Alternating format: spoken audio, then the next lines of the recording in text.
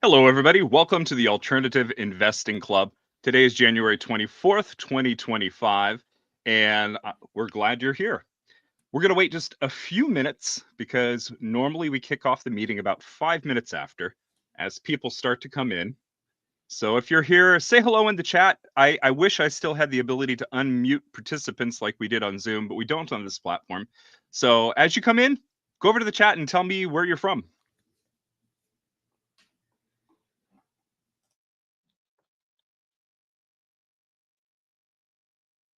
All right. Looks like we've got 16 people here initially. Hello, Henry. Hello, Jellen. Jellen, you should have got your first distribution of the Alternative Investing Club fund. Maybe I shouldn't call out who the investors are. little social proof for everyone. Right. Gopal, it was good to see you last night at the EquityMultiple meetup. Glad to have you here. Thad, Christina, Phoenix representing. I'm actually kind of curious. Dallas, excellent. I'm kind of curious to see if Folsom or Portland is still our largest group of people. So we're going to wait a few more minutes. Let me double check the website and make sure nothing weird happened. The event has started. Good. Everybody can get through. Actually, I may need to change something here. Folsom be a sack. Yeah. I see a problem that's probably causing people not to be able to register. So I'm going to go jump in the database and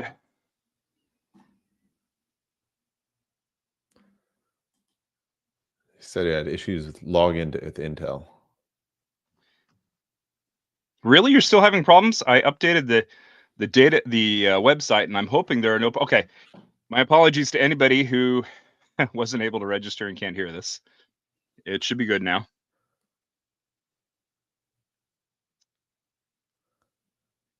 All right.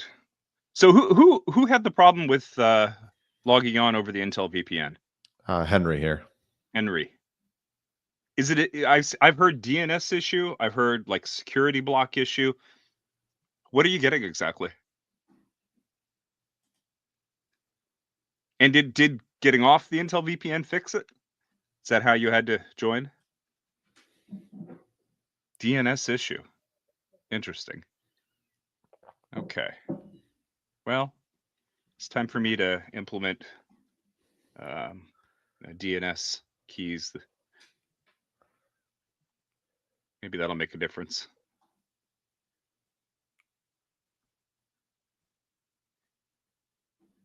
All right. We're going to wait a few more minutes as people join. Welcome to the group here. Normally at this point, I'd be asking people if they had opens. You had to cut and copy the link into Chrome. That's interesting. Was that Stella? Were you copying it from Outlook? Had to try several times, and then the DNS issue was resolved.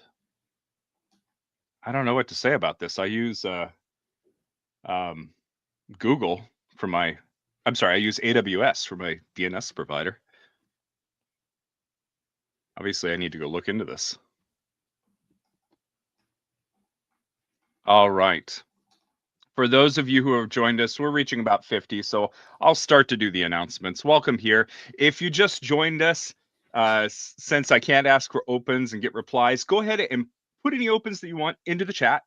If there's a topic that you want to hear about, a particular speaker that you want to bring on, if you have a great investment and you want to share about it during the next club discussion, let us know there. And also, no matter who you are, go to the comments and put where you're coming from.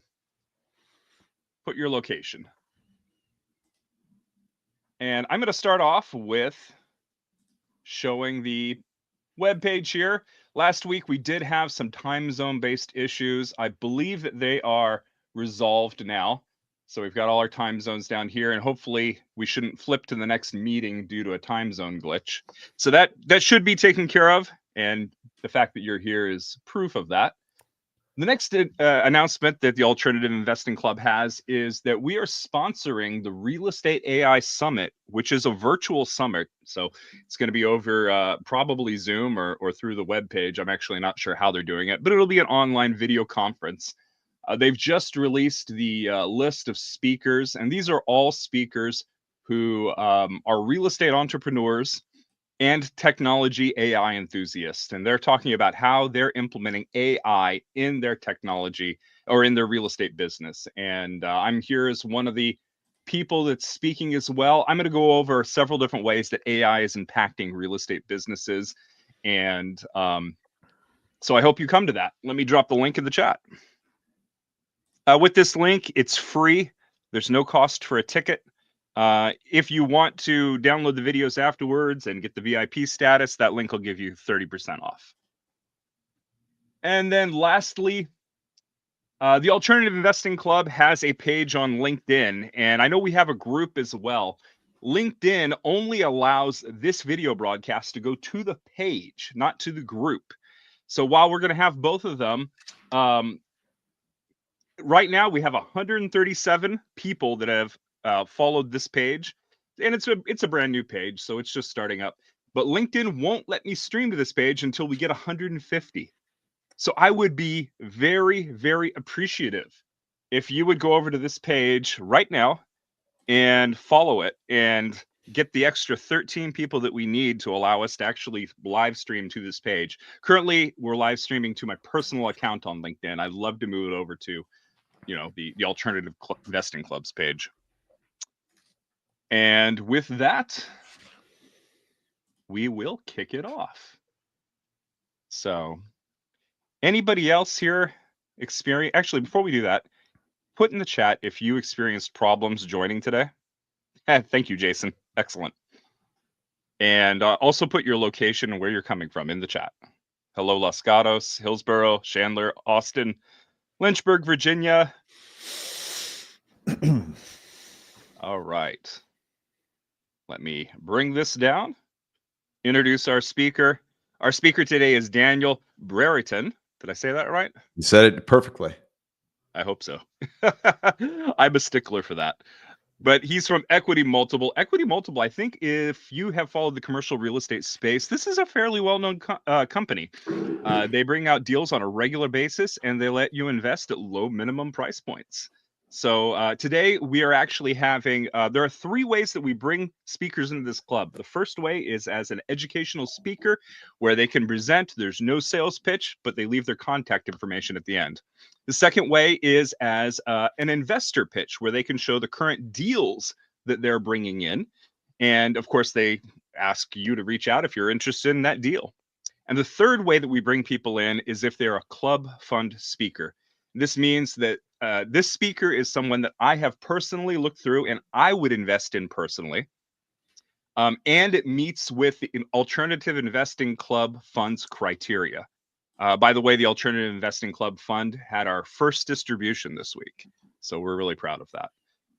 But just to say, I am not a registered investment advisor. I am an investor. And so this platform is not to promote or to, discourage any particular investment. It's to give people that are out there active in real estate investment a platform so they can come educate us. So having said that, Daniel, welcome here from EquityMultiple. You've got the floor. And which stage do you want me to present here? I see 2 presentations. I can just kick it off. Yeah, we'll start with that one, and then I can flip over to the other one. Okay. When we get into the deal. Okay, perfect. Yeah. All right. Yeah, thanks for having me again. We just did a little meetup. I think that there's some people here in the chat that were at our meetup there last night with my colleague Caitlin, and I'm really happy to be having this 3rd event now with Alternative Investing Club. I'll just go into a quick little overview about myself and EquityMultiple first, and then we can get into the nuts and bolts, the meat of the deal. So I'm our Senior Director of Investor Relations. I've been with EquityMultiple over 2 years now. And we're a platform for providing accredited, self-directed investors access to commercial real estate. So that's all we do. We only do commercial real estate. Anything that you see on our platform, if you have been browsing around, is going to be commercial real estate backed. So we have short-term notes, debt, and preferred equity investments, as well as just common equity investments in commercial real estate. We also focus on the large swath of investments. I speak with investors every day. I actually just had a meeting with an investor end right before this meeting, so I'm always talking about investments with investors. And I'm happy to go through any details or any overview for you for anything that we talk about on this webinar, or anything that you think about after. We're going to go through a quick little overview about EquityMultiple and how we got founded. Then we'll go into the deal that I think is most relevant to what we've been talking about, this Life Storage McAllen. Then I think I'll show a quick little overview of our platform if we have time. And if we don't have that much time, if we want to accelerate, we'll just flip right over to the questions and answers. So EquityMultiple, for those who don't know, we were founded about 10 years ago by Charles Clinton and Mari Schulson. Charles was a private funds lawyer working on large deals with Blackstone, KKR, and he wanted to invest in these types of deals, just like you guys are investing in the alternative or working with the Alternative Investing Club. He wanted to invest in a lot of the deals that he was working on, and lo and behold, he found out that he couldn't. So what he really wanted to do is build a platform and find a way to invest in a lot of these different investment opportunities. And so lo and behold, EquityMultiple was founded. He partnered with Mari Schulson, who has got decades of experience in the commercial real estate space. He's more on the deal side. Charles is more on the legal and the platform side, and together they combined to build EquityMultiple. And really, it's to build investor wealth, giving us access to these diverse real estate opportunities, and doing it on a streamlined platform. Getting rid of the clunky subscription agreements that you might have to do. It's all, and we'll see this later when we do a little platform tour. Everything's digital, everything is online, everything should be streamlined and very easy to access. So I think it's a really powerful platform. We've had great success, done hundreds of investments over the last decade, and hundreds of millions of dollars of money returned back to investors already. So we're really excited about where we're at in the cycle. We're really excited about where commercial real estate is going to go. Last time, if you were not here, just quick overview, we talked about investing beyond the core four.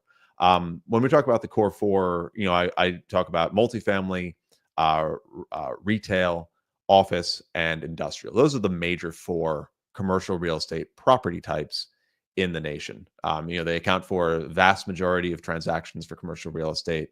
And so I think what makes up the ballast of a lot of people's commercial real estate portfolios. A lot of people are very familiar with multifamily investing. So they are very comfortable with how it works. It's a core piece of the economy. I think retail and industrial are also very easy to understand. And office right now is definitely at a low point. So a lot of people don't want to invest in office.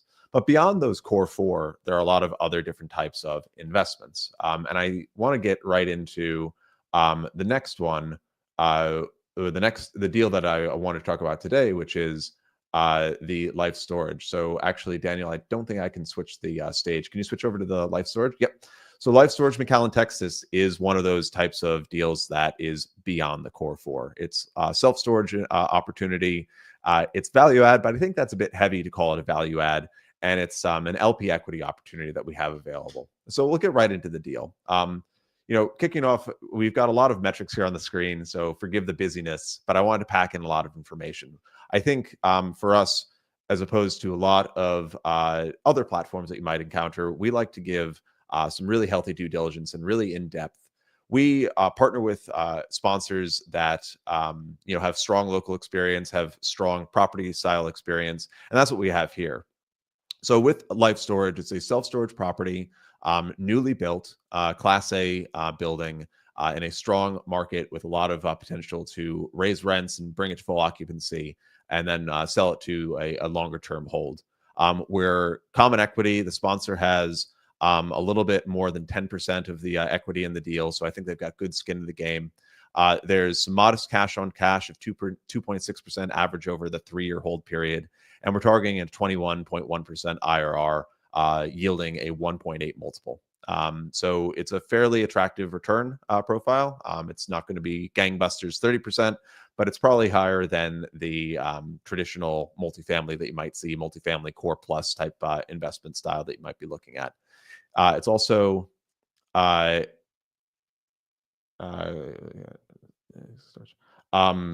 Jason, yes, this is an existing storage building. It was newly constructed. We're not building a new one. This is an existing building that was built just a couple of years ago, and it's currently going through its lease up stage. Hey, Daniel. Yeah. I just wanted to let you know that I'd be happy to watch the comment streams for you and interject with them, when you need Oh, to. yeah. That way you don't need to be reading them and can just concentrate on the video. That would The be great. talk. Yeah. Yep. Great. So yeah, and I guess I should have started with that as well. If you do have any questions, feel free to drop them in there. And Daniel will pass them on when they're relevant. Feel free to interject whenever it's appropriate as well. So yeah, we've got some strong in place occupancy as well, but maybe I can get into a little bit about the deal. So right now, you can see this is a fully completed building, brand new, Life Storage branded. And it's going through its lease up stage right now. So the major highlights for this is the acquisition basis, the fact that it's a newly developed building with institutional management. It's obviously an attractive asset class, we think, in a growing market, and the repeat sponsorship. I think the sponsor is very strong, and like with any other investment opportunity, it all hinges on the execution of the sponsor. The sponsor can navigate through a lot of different markets, and they can really help to shepherd a deal through volatility, but also strong markets as well. So I think the sponsorship is a very important part of this deal. One of the biggest things, though, is the attractive acquisition basis. The way that this was acquired, and the reason why it's, I think, such an attractive property is a lot of the return is baked into the original trade. The seller was a merchant builder. They built the property, and merchant builder means, for those that might not be aware, what they are looking to do is build properties and then sell them to someone who wants to manage or actually take possession of the property. The merchant builder doesn't really want to hold on to it that long because they want to get their capital back out and redeploy it into another building project, which is what they are very good at. So they wanted to sell it once it was complete. It went through a marketing process, and the original buyer had to back out. They weren't able to get the capital together, so they had to break the deal. They had to bust the trade. That would left it open for our sponsor to step in and negotiate for a price reduction. That price reduction then put us at a much lower basis than this property probably was worth in this market and at this vintage. And that $1 million less on the previous purchase price really helps to, I think, bake in a return from the beginning. You make a really good trade at the beginning. It gives you a lot more cushion and margin of error or margin of safety when it comes to executing the rest of the business plan. And for those that are aware, the market cap rates for something like this are around a 5.6. And the stabilized yield on cost is a 7.4. So very accretive when it comes to completing the transaction and moving forward with the building. So right off the bat, I think we've got a good trade when we are looking at buying it. So now we have to step into something like the business plan. Here you can see it's got a great location. It's boxed in by 2 new developments and some farmland to the I think that's the north there, or excuse me, the south. So it's boxed in by developments, farmland to the south. So it's in almost like a boxed in area for less competition. And you've got these 2 new developments, which provide a lot of power for a lot of demand for people to be taking up this self-storage. And it's surrounded by a lot of other really great, well-known brands, and it's a well-developed area. As I said, it's a newly developed. It was built in 2023, so just about 2 years in to its construction. It's 62% occupied, and it's got it's a massive building. What our sponsor wants to do is, continue to lease up the property and bring rents to market rates. Currently, rents, or the average blended rent, are about 10% below the market. And leasing it up with any remaining, taking the time to burn off any concessions or free rent periods, and then also rebranding to Extra Space. Extra Space is the largest, or one of the largest managers in the country. It's traded on the public stock exchange. And one of the biggest things is, although it's currently Life Storage branded now, Extra Space owns Life Storage. It recently just bought Life Storage, which is why it's going through that conversion. But that should not affect any of the operating during that conversion period. And they are one of the largest ones in the country, which gives us a lot of stability when it comes to the property. Even so, it's a newly developed property, Class A. We're getting at a discount. I think that we're seeing a lot of excellent shots on goal to keep this property operating very strongly. Here we go. Some other pictures of the indoor and the outside. I think it's yeah, as I say, it's a very attractive property, new build, so it's got no need for capex, which obviously helps out the business plan. Last is second to last, we got this as an attractive asset class. I saw some people here from Texas. This is in McAllen, which is a border town. So there's a lot of cross-border trade that happens. It's one of the largest trade gateways in the United States and fastest growing metros in the country. There's some self-storage coming online, but all of that is forecast to be absorbed in 2026. So we have some time and already got a head start when it comes to leasing up this property. It's already 60% leased, and we expect the property to become fully leased within the first year of our hold. It's a really compelling investment or asset class, I think, as well. Self-storage benefits from both sides of the economic cycle. In big boom periods, you got people moving around. They wanted to hold. They need extra space for their trade, their goods, or they need to have extra space for all the extra stuff that they're buying. And in down periods, when the economy starts to contract, people need to store their stuff when they are downsizing their living quarters, their living situations. They need to move around to downsize. So you have almost an acyclical asset class, which benefits from both sides of the cycle and tends to be fairly stable. Similarly, you get stable tenants because a lot of people will rent a space and not really move their stuff once they've put it into self-storage. And also you've got, at times, short-term leases. People will put in their stuff for a short period, then they pick it up after they've moved the rest of their residence. So you're constantly marking those rents to market rates, and you're able to get a nice inflation hedge as well. It's, I think, a fairly attractive asset class. Yep. Hey, Daniel, we have a question here from Gopal.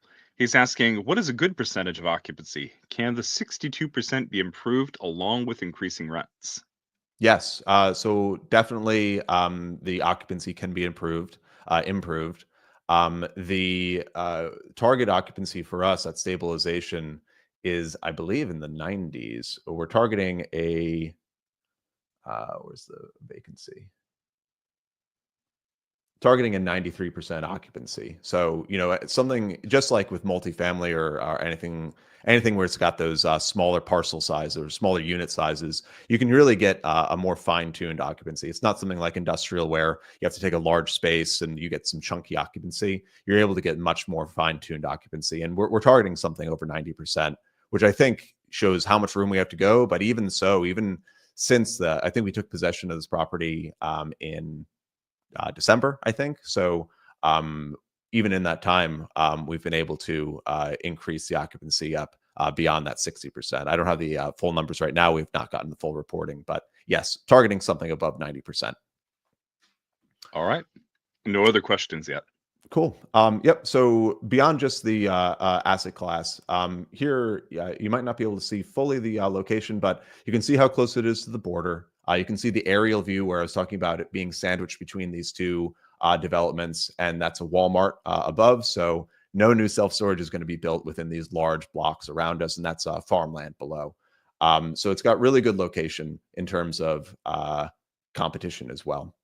And last is the sponsor. The sponsor is going to be the people shepherding this. We like to work with repeat sponsors. We like to work with sponsors with direct experience on the property type that they're working on. We like to work with sponsors with direct experience in the markets that they work on. And I think that's what we have in Reframe. Matt Dicker and Zach Widman. I sat down with Matt for a sponsor Q&A, actually. So if you want to view that video where he goes a little bit more in detail, you can check that out on our website. But both of them have strong experience and billions of dollars of experience in terms of commercial real estate investment. And specifically, when I talk about repeat sponsor, Matt Dicker, this is his fourth investment with us.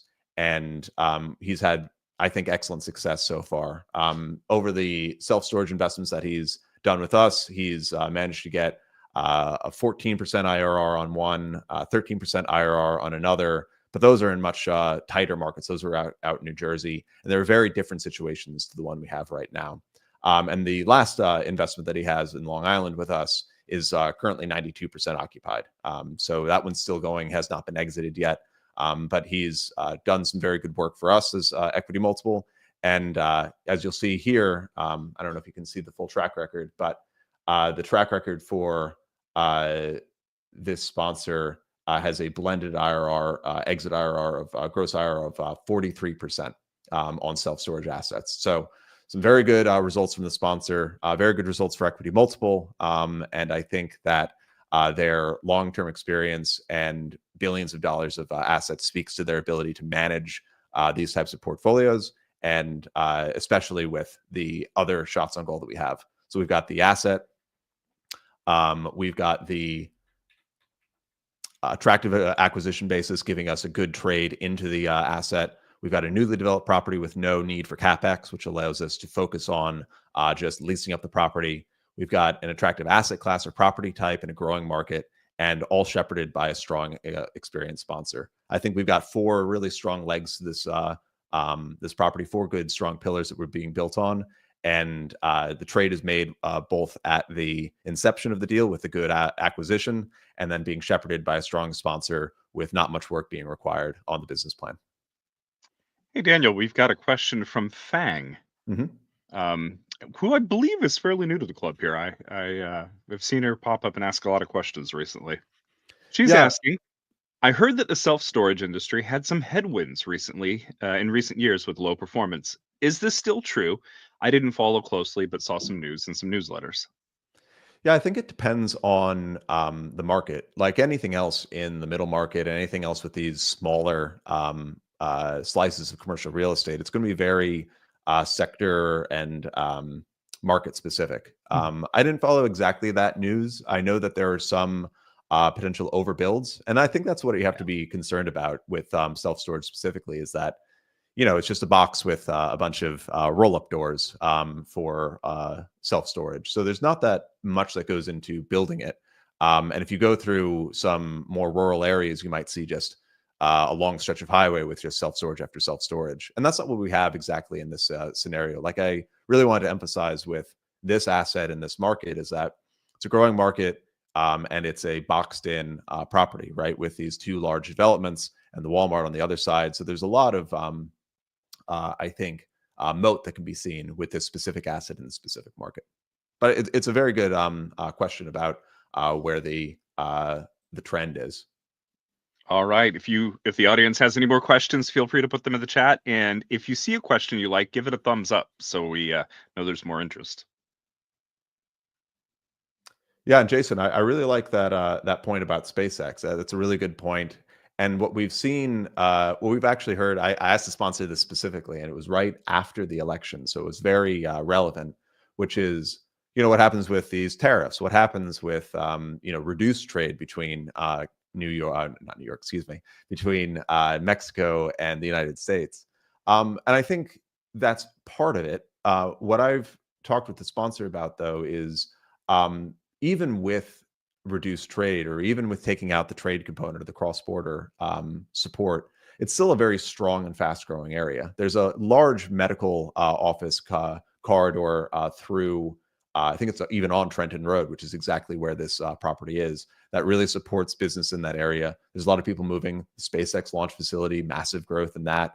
And, I think if tariffs don't happen, okay, great. There's still that cross-border trade. If tariffs do happen and it's a more isolationist, inward focused, especially with the connection between Musk's industries and the federal government now, and that intertwined nature, I think we're going to still see a fairly robust amount of growth in the South Texas area.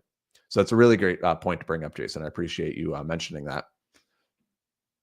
And what else? No other questions at this point. Okay. Well, it either means I did a very good job, not a good job, or it's a compelling investment. I guess, I'd be interested to know if there's any investors that are interested in this investment, or, have any reservations about this, or, what else I can provide to talk about this specific type of investment. Yeah, so if you're interested, go ahead, and you want to make it public, go ahead. If you have any other questions, feel free to put them in there. Otherwise, we're open to Q&A. Yeah. And Otherwise, we'll could just chat here for a little bit about the self-storage industry. yeah, and if it's helpful, I can also, share. I'd be happy to, share a little bit about our platform to give you a sneak peek if you've That's a not been great on the idea. equity. Yeah. Yeah, let me pull up, share my screen here, Okay, and we then I got can. one question in. Oh, there we go. That would probably So be while a you're really doing good that, one. What is the so investment cost?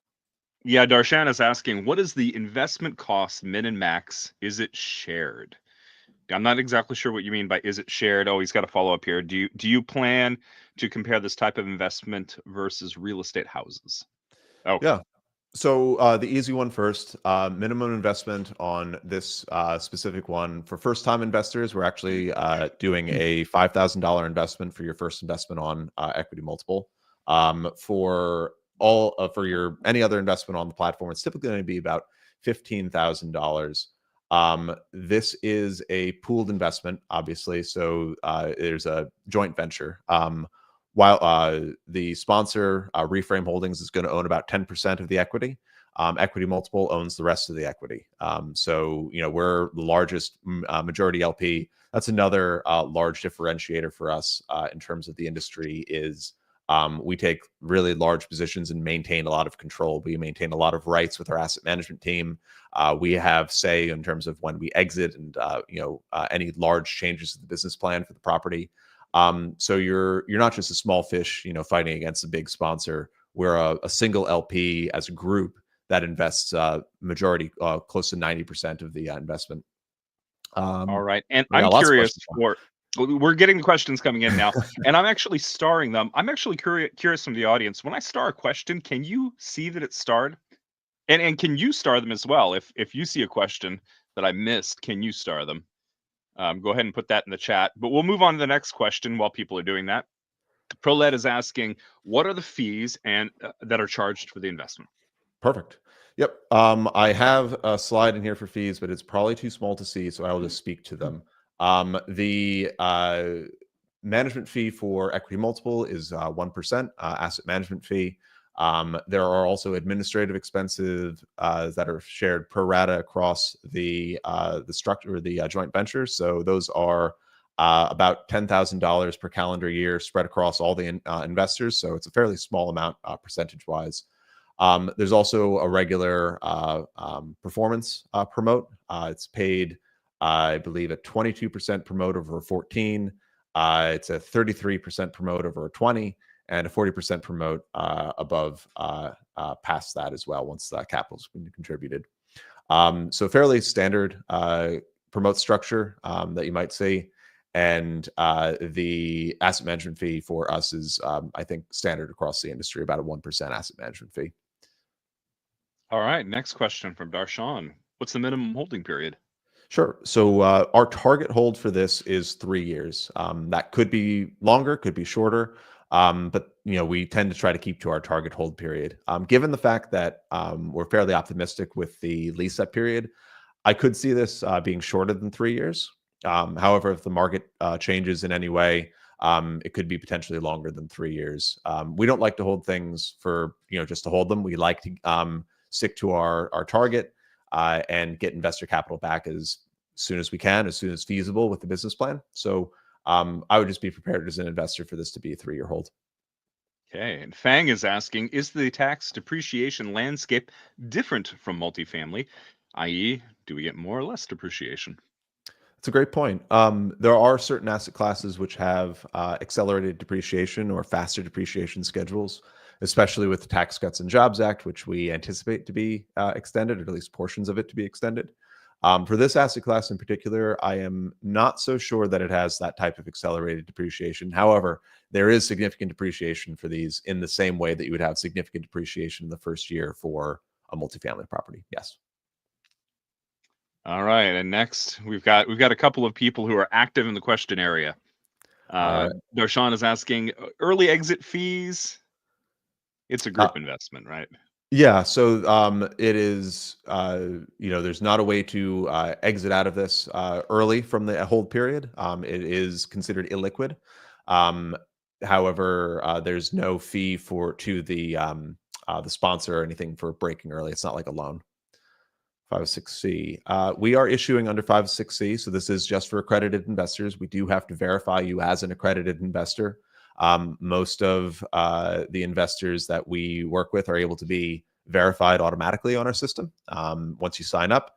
If not, then you just work with our IR team and we'll get you verified based on your income, net worth, or any other qualifications. Yeah, and just so everybody knows out there, there's a little bit of a difference between a 506B and a C in terms of the verification that needs to happen. Because with the 506B, the burden of proof that you're a creditor can rest on the investor. So the operator can just take your word for it.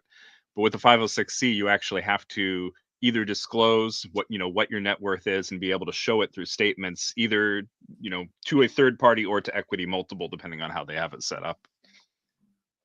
Yep. And we work with, we're pretty open architecture. You can work with parallel markets, verify investor. We have a letter template if you have an attorney, an accountant, or a financial advisor that you work with. Or if you are one of those things, you just need a little signature. Yeah. So yeah, it's fairly simple to. I like parallel verify. markets quite a bit. It's free for everybody involved, maybe except for parallel markets. And you can get one from your CPA as well for Yeah, your I think tax planner. a little side note for the industry talk, parallel markets just was bought by iCapital, I think. Oh, really? Okay. Yeah, yeah. So they're getting much more entrenched in the industry, but yeah, it's fairly simple. Okay. See, Prolette has a question here.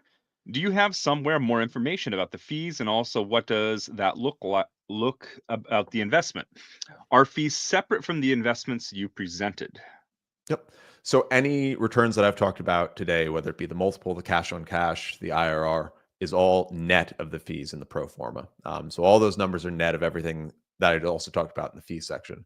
I can send out the link, or Daniel can send out the link, where you can see this investment live on our webpage. You'll see a lot of the same information that I went through today, and a lot of the information I pulled is from the full investor presentation and investor deck, where you can read all about the investment.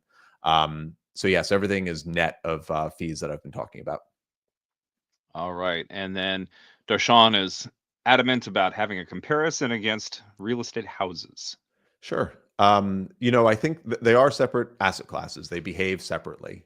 So that's also why I want to really hammer on the beyond the core four, because it helps to diversify against different properties, or it helps to bring diversification to your portfolio. I don't think that they're directly comparable. They're going to be correlated for sure, but it does depend on what market you invest in, what time in the cycle that you invest in, and what your purchase price is and what that yield on cost is. So, I think if you've got a bogey that you're trying to hit for your real estate investments, I would hope that a 21% IRR would hit that bogey.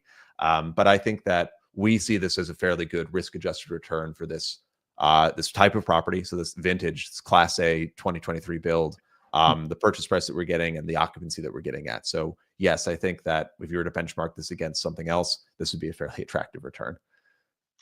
And feel free to correct me if you see this any differently than I do, but I think both, single family homes and self-storage are highly dependent on, the rise in population, or the rate of increase of population in the area.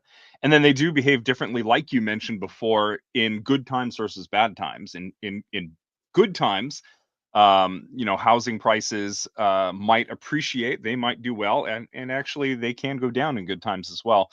But storage is more recession resilient, you might say, because people tend to downsize their homes in bad times and put things into storage.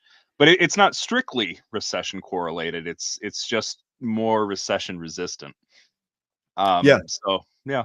Yeah. I think, single, and I guess maybe that's what the big counter question is do you mean houses as in SFR, single family rentals, or single family purchase homes, or is it more like multifamily where we're talking about apartment buildings? So, if we're talking about single family homes that are purchased by individuals, those are definitely going to be driven 100% by interest rates and where we're at in the cycle. If people have a lot of money and interest rates are low, they're going to buy up houses. And that's what we saw in the post-pandemic era. They had a lot of money from what they were saving. They were moving around.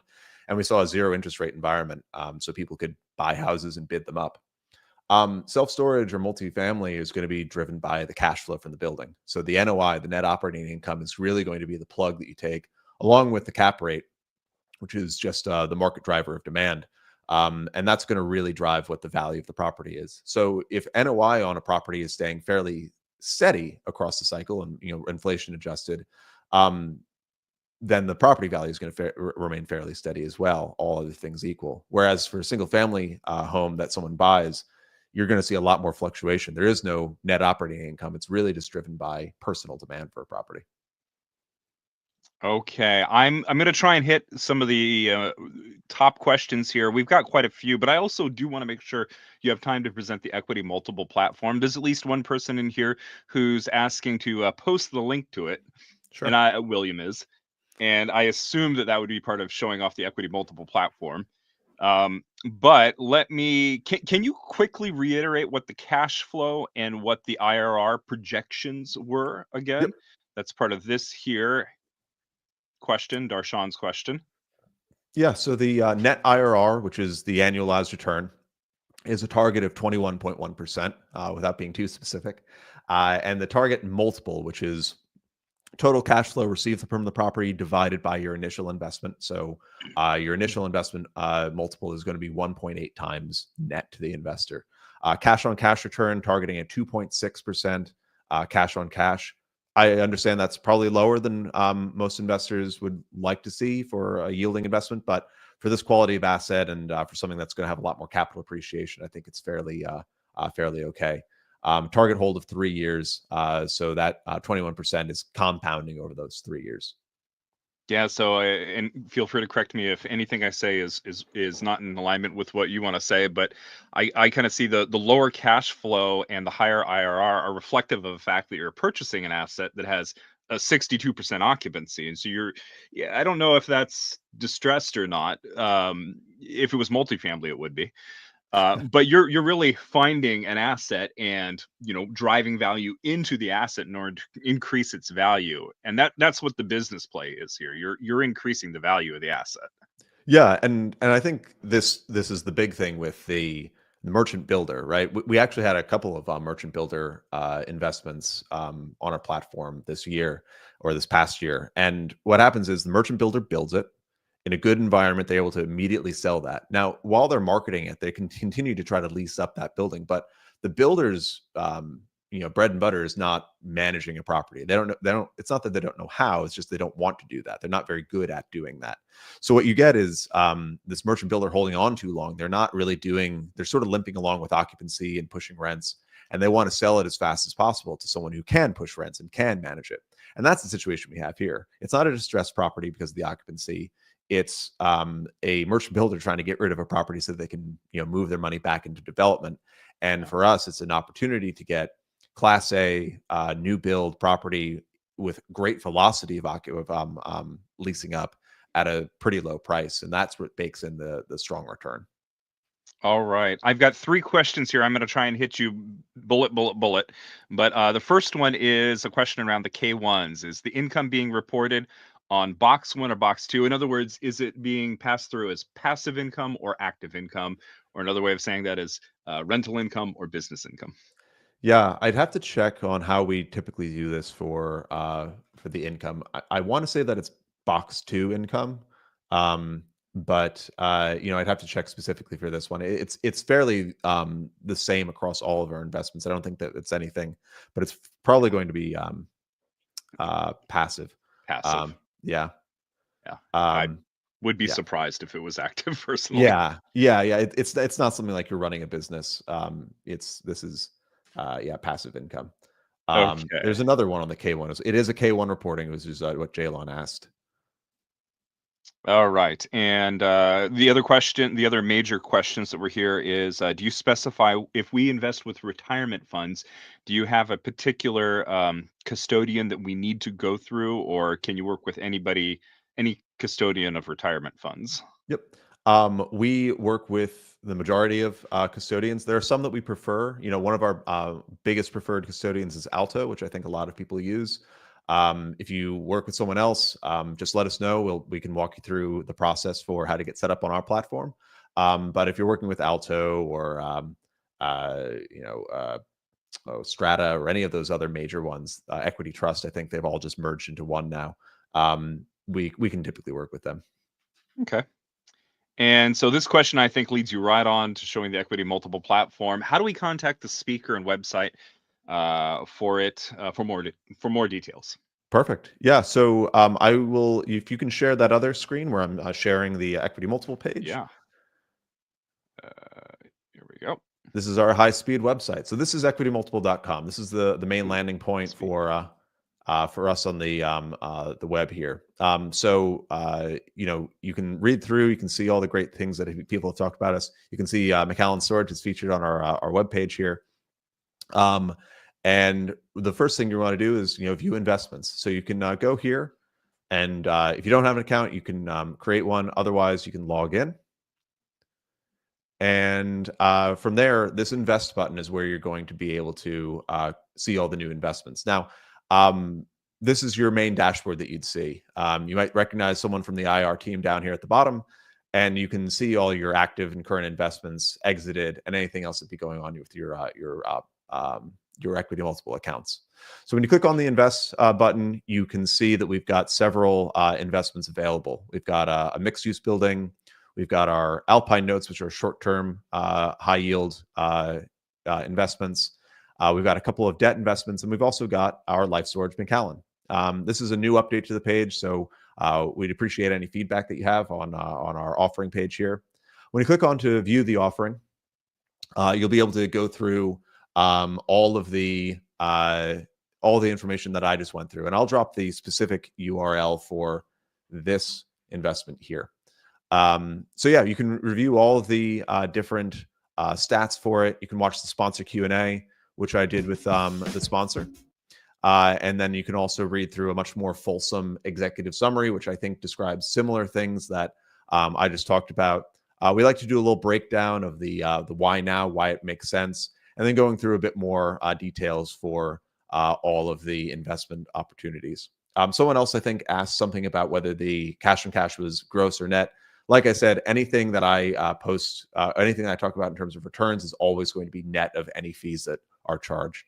You can read more about the distributions, the investor fees and expenses, the property or the structure, and then the documents, including the full investor packet, including the subscription agreement, the investor presentation, the operating agreement, and the private placement memorandum. And make sure that you read through all the risks and disclosures that we have there as well. So like I said, we want to make a streamlined all online platform. So to invest, you click this nice big invest button. You can type in the amount of money that you want to invest. If you're a first-time investor, it's just $5,000. Otherwise, it's going to be a $15,000 investment minimum. You'll check the account that you're looking to invest. Hit next. You will acknowledge that you're an accredited investor. You'll download the documents that are required. You'll make sure that you tell us that you've read them, that you understand them, and then just like that. And now you're subscribed to the investment. You'll select your funding source. I'll just click check for this example. You can also choose a wire, and you can see the wire instructions are available here. Otherwise, you'll use ACH and click an account that's already been linked to EquityMultiple. So everything's done in-app, streamlined to make sure it's very simple. I'll choose check for now and just complete this investment. And there you go. You are now completed. You're signed for your investment for the amount. We've got a check that's inbound. If you ever want to invest more, you can just click this invest more button. Otherwise, you can check out the next steps anywhere else. If you're ever not happy, you can just click cancel investment, tell us why, and then cancel your investment. So everything's fairly simple. If you ever run into trouble, you'll see this nice big EquityMultiple button at the bottom. Go ahead and click that and hit a message and send us a message. Help, questions, question about in my portfolio.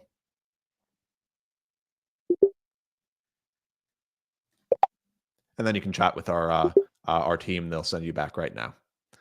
So we have an automated response, a bot for some of it, but you can always get in contact with Abby and she should be chatting back as well.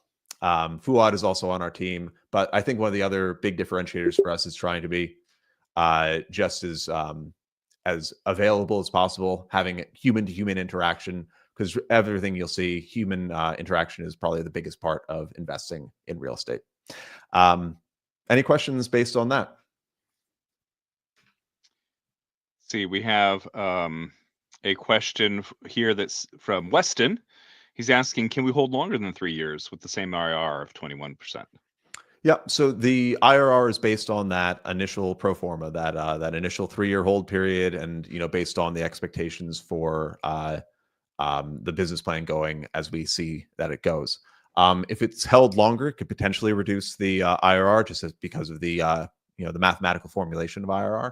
However, if it also is held longer, one would expect that the rents would increase, the NOI would increase, and the reason why we would be holding longer is because we would expect that the cap rate on the portfolio would decrease, therefore increasing the value of the property. So if we were holding longer, it would be because we had anticipated that the hold period would help us to increase the return to investors. All right. And then apparently there's a question for me here. I'm new to the Alternative Investing Club. Are there any archive of the recordings? And welcome here. Yes, there are archives of the recordings. You can just go to alternativeinvestingclub.com and click on speakers, and you'll be able to see all the previous people who have spoken here. And we will post this up on the archive as well. Let's see. Darshan says, can you also send us examples or cases where the principal amount can be lost? So I guess this is a worst case scenario analysis. What are the scenarios under which loss could occur? Yeah. So the worst case scenario, obviously, with any equity is that the property is sold for less than it was purchased for. You're under your basis. There have been scenarios where, our equity investments have returned less than our target amount, and there have been scenarios where there have been losses, just like in any other investment. However, our average IRR across our whole portfolio has been around 16%, but that also includes lower risk investments like preferred equity and senior debt. So across our entire portfolio, I think our average realized IRR for completed equity investments is in the 30s or 40% IRR. But our full track record is available on our website. I don't have it in front of me right now, but that will detail any of the losses that we've had, any of the gains that we've had as well. And you can see a breakdown of the different capital types and property types too. Darshan is asking a question about IRR here, and maybe I could just jump in and first of all, I will drop a link to Investopedia so you can get a definition of IRR.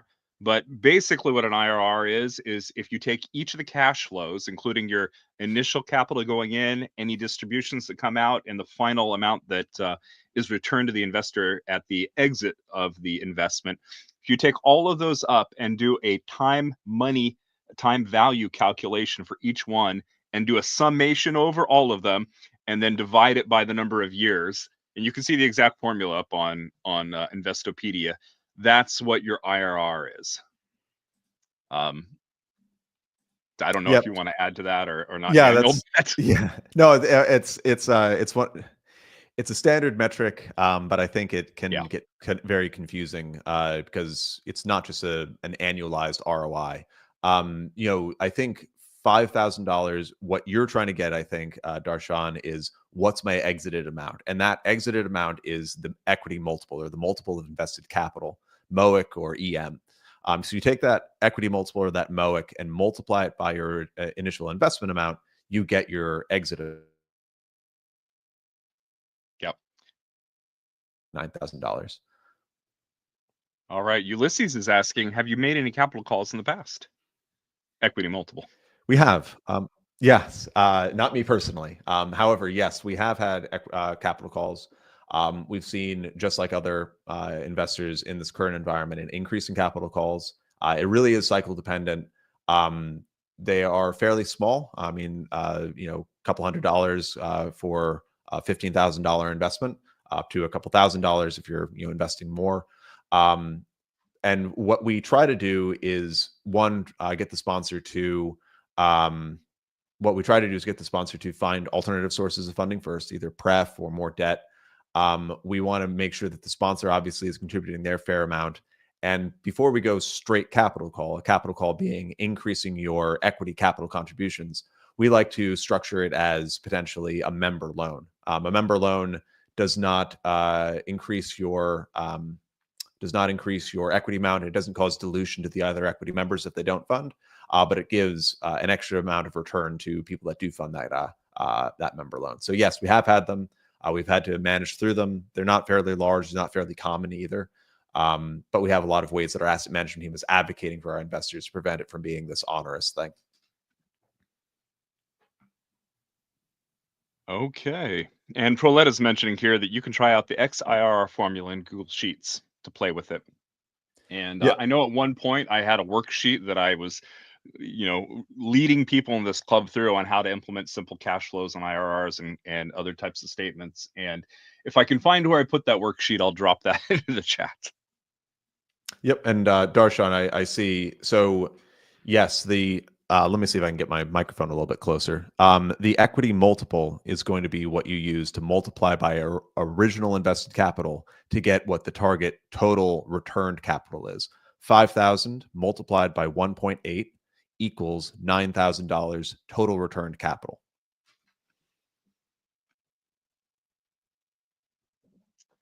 All right. I think we are just about out of questions here and also just about out of time.